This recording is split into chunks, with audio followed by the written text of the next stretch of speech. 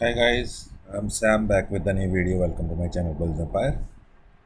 तो गाइस आज हम डिस्कस करने वाले हैं एक ब्रेकआउट स्टॉक के बारे में। बट उससे पहले डिस्क्लेमर है कि ये कोई बाय सेल की रिकमेंडेशन नहीं है। It's only for the informational purpose. And second thing, इसमें मेरी या मेरे क्लाइंट्स की पोजीशन हो सकती है। तो गाइस कंपनी का नाम आपके सामने लगा है ग्रैन्यूल्स इंडिया।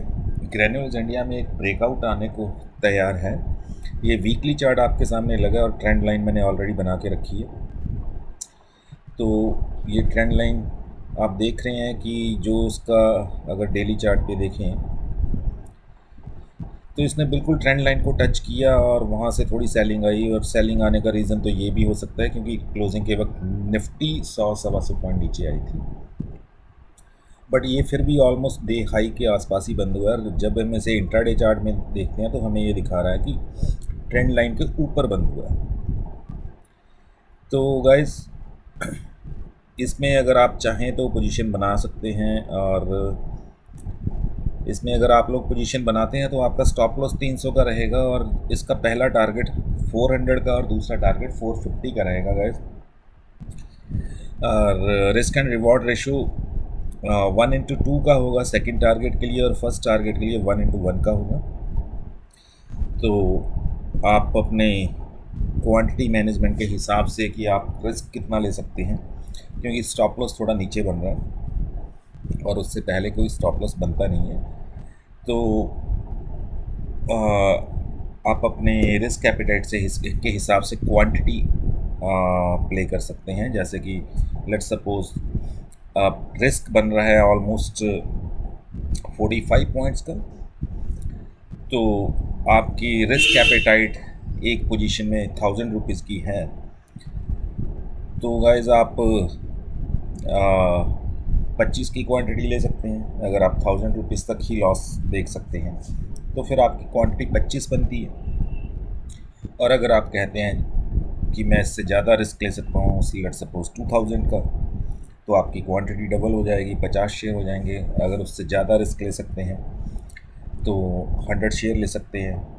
तो पर 100 शेयर जो आपका रिस्क बनेगा वो 4500 का बनेगा और आपकी जो कैपिटल रिक्वायर्ड होगी वो 35,000 के आसपास होगी।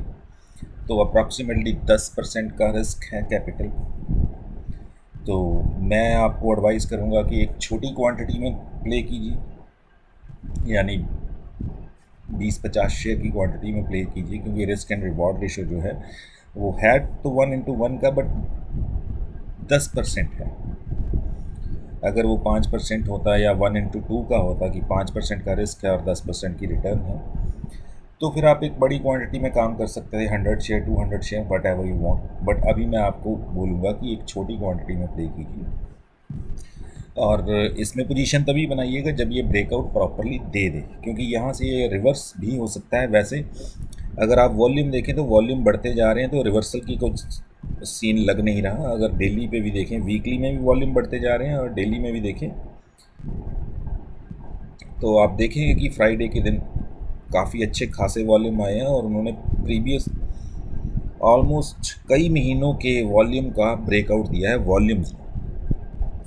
तो अगर हम मार्च तक के वॉल्यूम देखें तो इतने वॉल्यूम मार्च तक कभी नहीं आए जितने वॉल्यूम फ्राइडे वाले दिन आए। तो इससे रिवर्सल के, यहाँ से रिवर्सल के कोई चांसेस लग तो नहीं रहेगा इस, और ब्रेकआउट फाइनल मतलब कि एक सक्सेसफुल ब्रेकआउट लग रहा है। बट फिर भी स्टॉक मार्केट में गारंटी या श्योरिटी किसी चीज़ की नहीं होती। तो आप रिस्क मैनेजमेंट करके चलिएगा और क्वांटिटी उस हिसाब से लीजिएगा जिस हिसाब से जितना आप रिस्क ले सकते हैं, क्योंकि क्वांटिटी हमेशा आपकी, रिस्क आपका नंबर्स में होता है कि कैपिटल का कितने % रिस्क लेना है।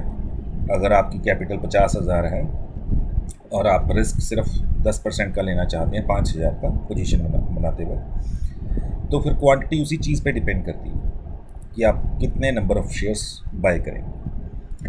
ठीक है, तो ये रिस्क मैनेजमेंट एक प्रोसेस होती है। तो कभी फिर मैं आपको इसके बारे में एक्सप्लेन करूँगा कि रिस्क मैनेजमेंट कैसे करके हम चलते हैं। बट अभी के लिए इस स्टॉक पे मंडे को नज़र रखिएगा। एंड SGX निफ्टी थोड़ा डाउन दिखा रही थी, Let's see what the SGX Nifty is showing.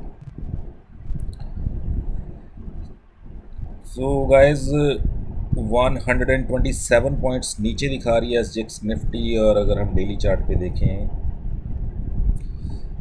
और डॉ जोन जो है वो कुछ 500 पॉइंट्स डाउन दिख रहा है गाइस, और ये 29 को भी ब्रेक कर गया, जो कि कोई अच्छी बात नहीं है। तो 29 को भी ब्रेक कर गया, और अब इसका नेक्स्ट सपोर्ट गाइस जो बन रहा है, अब मेरे हिसाब से नेक्स्ट सपोर्ट इसका 26,500 बन रहा है, और वो बहुत नीचे है यहाँ से, ऑलमोस्ट 2200 पॉइंट नीचे। और अगर डॉ जोन 2200 पॉइंट नीचे जाता है तो मैं निफ्टी को कम से कम 700-800 पॉइंट तो नीचे देख रहा हूँ। क्योंकि एक्चुअली होता क्या है, जब निफ्टी भाग रही थी तो ये डॉ जोन को देख ही नहीं रही थी, क्योंकि तब सेंटीमेंट पॉजिटिव था सबका। एफआईज बाइंग कर रहे थे, रिटेलर्स बाइंग कर रहे थे, एंड सेंटीमेंट पॉजिटिव था, तो डॉ जोन से फ़र्क ही नहीं पड़ रहा था डॉ जोन गिर रहा है या चढ़ रहा है। बट जब सेंटीमेंट नेगेटिव हो जाता है तो फिर हम डॉ जोन को फॉलो करना शुरू कर देते हैं। तो अभी निफ्टी डॉ जोन को फॉलो कर रहा है, क्योंकि सेंटीमेंट नेगेटिव है। ठीक है, निफ्टी अपना जो 18,200 के आसपास का हाई बनाया, वहाँ से अप्रॉक्सीमेटली 1200 पॉइंट नीचे था, तो अब 1200 पॉइंट कॉन्टीन्यूसली नीचे आया। 5-6 ट्रेडिंग सेशन कॉन्टीन्यूसली निफ्टी गिरा है, तो उससे सेंटीमेंट चेंज हो जाता है ना, रिटेलर्स का या जो भी पार्टिसिपेंट हैं मार्केट के, उन सब का सेंटीमेंट नेगेटिव हो जाता है। और आपने देखा होगा जो एनालिस्ट हैं उनकी तरफ से भी सेल कॉल्स आनी शुरू हो जाती हैं, या निफ्टी में इंडेक्स में पुट लेने की रिकमेंडेशंस आनी शुरू हो जाती हैं, तो वो चीज़ और नेगेटिव कर देती है मार्केट का सेंटीमेंट। तो इस वजह से जब निफ्टी वीक है, सेंटीमेंट नेगेटिव है, तो वो डॉ जोन को फॉलो कर सकता है, उसका डॉ जोन का इम्पैक्ट निफ्टी पे आ सकता है। और जब निफ्टी में स्ट्रेंथ हो तब हम डॉ जोन को देखते नहीं हैं, अपार्ट फ्रॉम कि वहाँ पे कोई मेजर क्रैश ना आ जाए। सो इसलिए गाइज एनीवे, जो डॉलर इंडेक्स है वो 114, 14.5 का हाई बना के 112 पे चल रहा है, और क्रूड ऑयल $85 पे चल रहा है। तो ये दोनों तो अभी फिर भी बेटर हैं, बेटर ही बोलूँगा।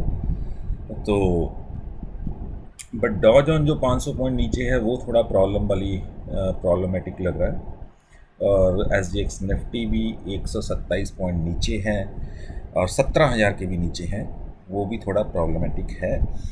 क्योंकि गाइज जब निफ्टी 16,800 से 17,000 गई थी, वो थी एक्चुअल बाइंग। जब उसने 17,000 क्रॉस किया, 17,209 तक गया फ्यूचर, तो गाइज वो शॉर्ट कवरिंग थी। जैसे जैसे वो शॉर्ट कवरिंग आती गई, तो अलग अलग लेवल्स के जो कॉल राइटर थे वो निफ्टी में जिन्होंने शॉर्ट पोजीशन बना रखी थी, वो कवर करते गए और निफ्टी और ऊपर जाती गई। अगर आप निफ्टी फ्यूचर की कभी विंडो को चेक करें तो वहाँ पे 30-30 हज़ार, 15-15 हज़ार निफ्टी बाय हुई, तो वो सारी शॉर्ट कवरिंग थी। तो 200 पॉइंट निफ्टी जो ऊपर गया है ना, वो एक्चुअल बाइंग नहीं थी, वो शॉर्ट कवरिंग थी जो निफ्टी को इतना ऊपर ले गया। और मुझे वो 200 पॉइंट नाजायज़ से ही लग रहे थे, और वो निकल सकते हैं। 127 पॉइंट तो SGX निफ्टी ने निकाल ही दिए, और बाकी रह गए 70-80 पॉइंट, वो भी शायद निकल जाएं। तो एनीवे, हम निफ्टी पे ज़्यादा डिस्कस ना करते हुए स्टॉक पे कंसंट्रेट करते हैं, क्योंकि पोजीशन इसमें बनानी चाहिए। और दो चीज़ों का ध्यान रखिएगा गाइस। फर्स्ट ऑफ ऑल, इसको ट्रेंड लाइन को ब्रेक करने दीजिए, यानी 347 के ऊपर बाय कीजिए, क्योंकि इसने 347, 348 का हाई बनाया, तो अपने हाई को ब्रेक करता है तभी पोजीशन बनाइएगा। अगर हाई को ही ना ब्रेक कर पाया तो यहाँ से नीचे आ सकता है, और अगर गैप अप ओपन होता है फिर वेट कीजिएगा गाइस। 350, 50 या 351 के ऊपर ओपन होता है तो वेट कीजिएगा, उसको स्टेबल होने दीजिएगा और देखिएगा कि ये सस्टेन कर रहा है 347 के ऊपर।